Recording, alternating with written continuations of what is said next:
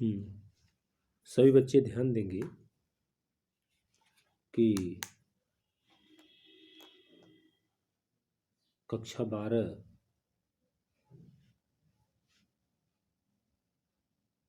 जीव विज्ञान के छात्र, उसमें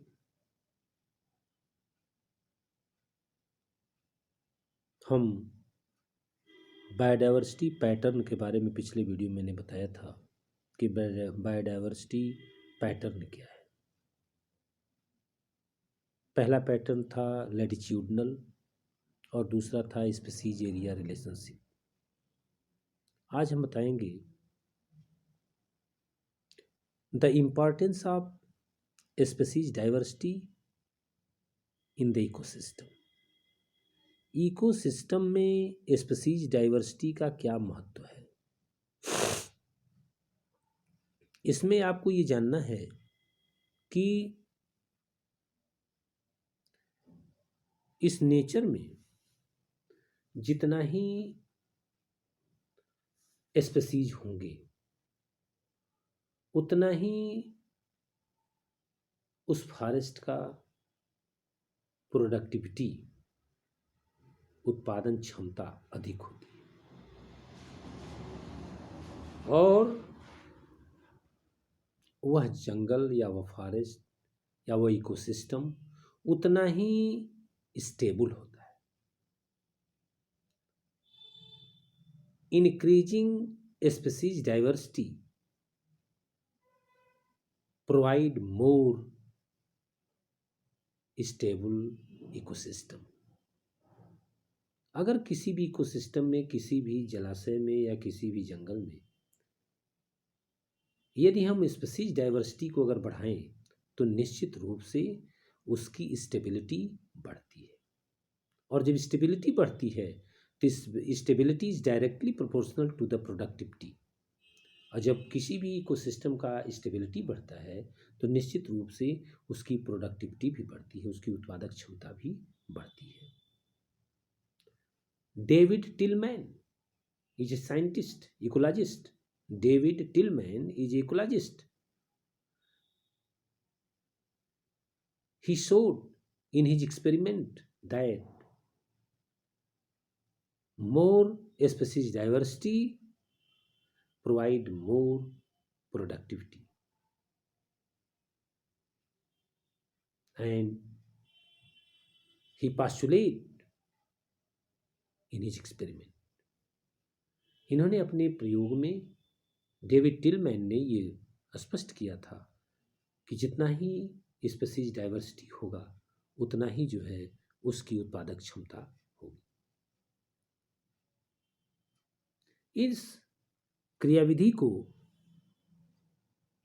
ये देख करके ऐसा ये कहा गया कि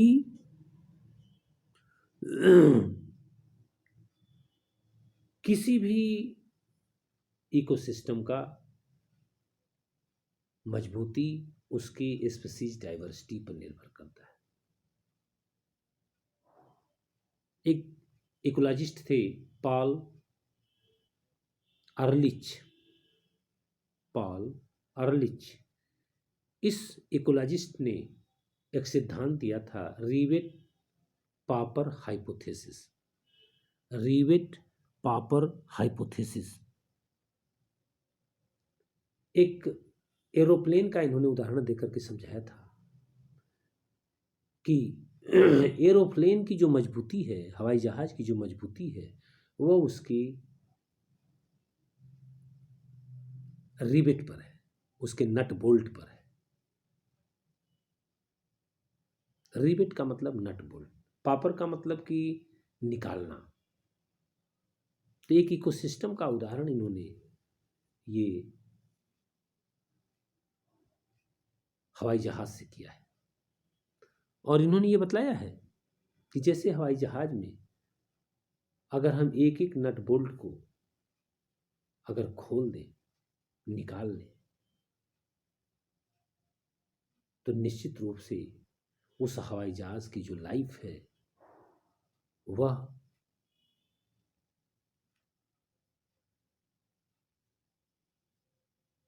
विल बी डेंजरस, वह खतरनाक हो। लेकिन इन्होंने यह भी बताया कि यदि कोई पैसेंजर जिस सीट पर बैठा है अगर उसका नट बोल्ट निकालता है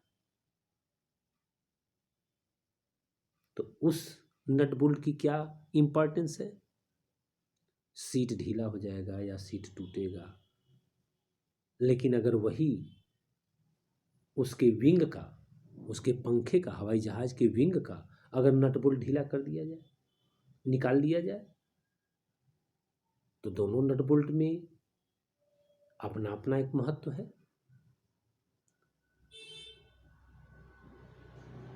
सीट के नट बोल्ट निकालने से हवाई जहाज को वो खतरा नहीं होगा जो खतरा उनके विंग के नट बोल्ट निकालने से हो। ठीक उसी प्रकार इन्होंने ये बताया था कि इकोसिस्टम में हर स्पीसीज का इम्पॉर्टेंस तो है, लेकिन उसका इम्पॉर्टेंट जो है, उसकी जो इम्पॉर्टेंसी है वह depends on the species variety. तो किसी भी इकोसिस्टम की जो स्पीसीज है उसकी जो अलग अलग वेराइटी है, हर वेराइटी का अपना इम्पॉर्टेंस अलग अलग है। अतः फिर भी किसी भी स्पीसीज के नष्ट होने से, किसी भी स्पीसीज के नष्ट होने से उसकी जो क्षति है वह निश्चित तौर पर होती है, भले ही वो थोड़ी मात्रा में क्यों न हो। अब आपको हम ये लॉस ऑफ बायोडाइवर्सिटी के बारे में बताएंगे कि लॉस ऑफ बायोडाइवर्सिटी क्या है। दूसरा प्रकरण है लॉस ऑफ बायोडाइवर्सिटी। देखिए, लॉस ऑफ बायोडाइवर्सिटी का अर्थ ये है कि ये बायोडाइवर्सिटी जो स्पीसीज वैरायटी है क्यों जो है नष्ट हो रही है। अगर इसके बारे में अगर ये पूछा जाए कि क्या मनुष्य के द्वारा स्पीसीज डाइवर्सिटी को बढ़ाया जा रहा है, क्या मनुष्य जो है स्पीसीज की डाइवर्सिटी बढ़ा रहा है, तो उत्तर संदेहात्मक होगा। लेकिन अगर ये प्रश्न किया जाए कि क्या मनुष्य बायोडाइवर्सिटी को घटा रहा है, स्पीसीज को नष्ट कर रहा है, तो इसका उत्तर तुरंत मिलेगा कि हाँ, क्लियर कट है। आज निश्चित रूप से ये IUCN 2004 का इन्होंने जो एक अपना रेड डाटा बुक है उसमें IUCN ने ये आंकड़ा प्रस्तुत किया था, international union for conservation of nature and natural resources. 2004 में इस संस्था ने एक अपने लाल आंकड़े की पुस्तक में ये आंकड़ा दिया था कि विगत 500 वर्ष में 784 स्पीसीज मनुष्य के द्वारा एक्सटिंक्ट कर दिए गए, मनुष्य के द्वारा एक्सटिंक्ट कर दिए। जैसे कुछ उदाहरण भी है, जैसे मॉरिशस का डोडो पक्षी सब खा गए, अफ्रीका का क्वागा, रूस का स्टीलर काऊ, रूस का स्टीलर सीकाऊ। और आज भी ये निश्चित तौर पर यह कहा जा सकता है कि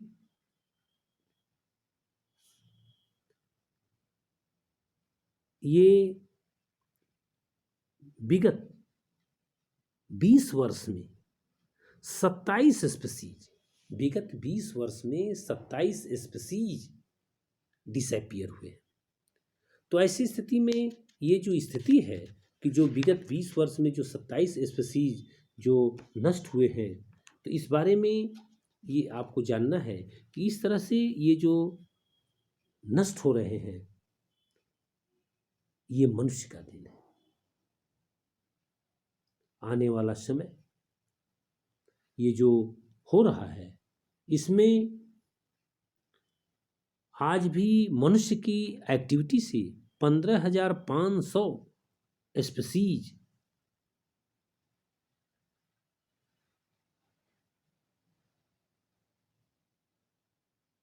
survive in threatened position, in extinct position। इसका अर्थ ये है कि 15,500 स्पीसीज आज भी मनुष्य की एक्टिविटीज के कारण खतरे में है।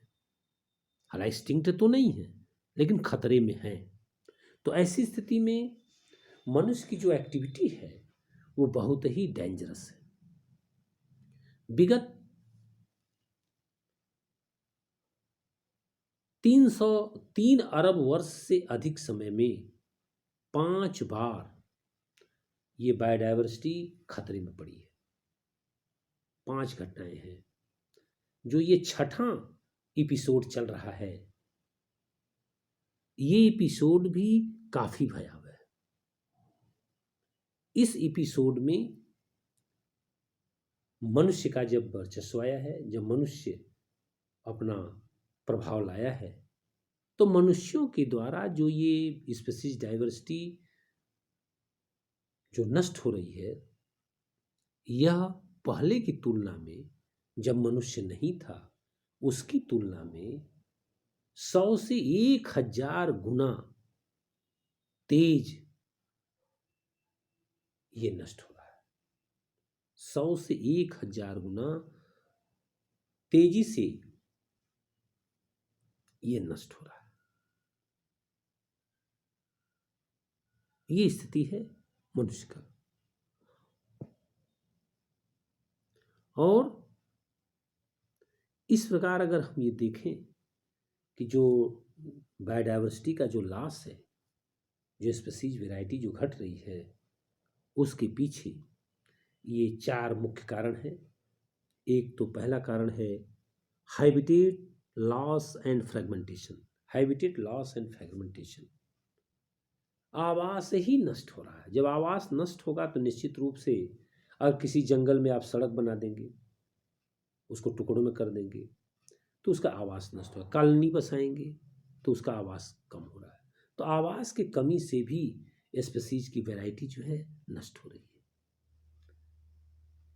एक फॉरेस्ट है साउथ अमेरिका का, अमेजन रेन फॉरेस्ट।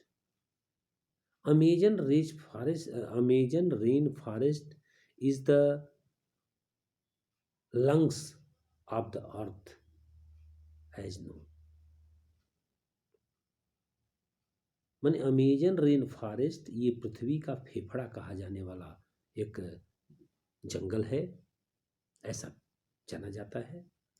ये पूरे पृथ्वी के 14% एरिया को ये कवर किया हुआ था, धरातल को, ये रेन फॉरेस्ट।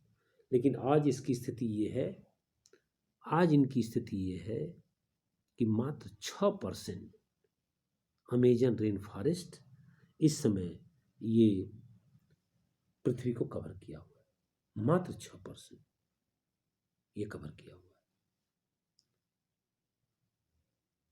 इतनी तेजी से, जितनी देर में हम इस चैप्टर को पढ़ेंगे, इतने में 1000 एकड़ एरिया अमेजन रेन फॉरेस्ट का नष्ट हो रहा है।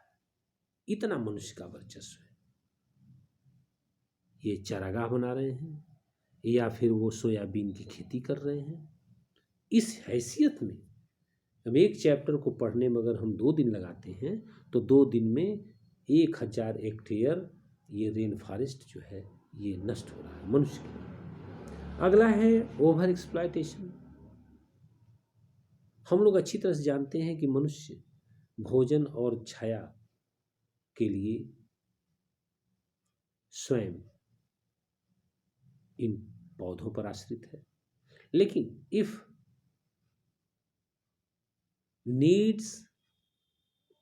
नीड टर्न्स टू ग्रीड, यदि आवश्यकता अगर लालच में बदल गई तो निश्चित रूप से ये पौधों का बहुत ही जल्दी समापन हो जाएगा और ऐसा ही देखने को मिल रहा है कि मनुष्य बहुत अधिक जो है अपने नीड को वो लालच में कन्वर्ट करके नष्ट कर रहा है।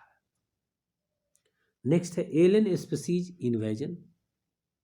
आजकल मनुष्य अपनी सुविधा के अनुसार, अपनी आवश्यकता के अनुसार दूसरे स्पीसीज के इन्वेजन से भी यहाँ की जो प्रजातियां हैं, जो वैरायटी है, वो नष्ट हो रही है। जैसे एक नील पर्च एक मछली है जो विक्टोरिया लेक में ला करके छोड़ा गया, और ये नील पर्च वहाँ के 200 से ज़्यादा मछलियों की स्पीसीज को यह नष्ट कर दिया। 200 से ज़्यादा cichlid fish, 200 species of cichlid fish को ये नष्ट कर दिया। ये नील पर्च जो है इंट्रोड्यूस इन विक्टोरिया लेक, ये साउथ अफ्रीका, पूर्वी अफ्रीका में ये पड़ता है, ये वहाँ पर छोड़ा। इनके अलावा आपको बहुत से उदाहरण हैं, जैसे आपका जलकुंभी है, वाटर हाइसेंथ है, आइकॉर्निया, एक कैरेट ग्रास है या कांग्रेस ग्रास है जिसको हम पार्थेनियम कहते हैं, गाजर घास। इसी प्रकार एक मछलियों में बांगुर की प्रजाति है जिस पर बैन लगा हुआ है, क्लेरियास गैरीपाइनस। ये सब जो एलियन स्पीसीज है, इनको आने से ये बहुत सी जो नेटिव प्रजातियां हैं वो नष्ट हो गई हैं। तो ये नष्ट होने का कार्य करते हैं, तो ये प्रजाति भी नष्ट हो रही है। और नेक्स्ट है को एक्सटिंक्शन। कभी कभी ये भी देखा गया है कि जब दो प्रजाति एक साथ एक दूसरे के साथ सहजीवन व्यतीत करते हैं या पैरासाइट होते हैं, तो यदि होस्ट प्लांट या होस्ट ऑर्गेनिज्म अगर नष्ट हो जाता है तो पैरासाइट भी अपने आप वहाँ से नष्ट हो जाता है। तो कहने का अर्थ है कि एक्सटिंक्शन भी, विलुप्ति भी साथ साथ होती है, साथ साथ रहने वाले जीव साथ साथ भी नष्ट हो जाते हैं। तो इस तरह से अगर ये देखा जाए तो स्पीसीज डाइवर्सिटी का क्या इकोसिस्टम में महत्व है, और ये जो लॉस है डाइवर्सिटी का, इसका मुख्य कारण क्या है, इसको हमने बताया। इनको एक बार आप और पढ़ लीजिएगा, समझ में आ जाएगा। धन्यवाद।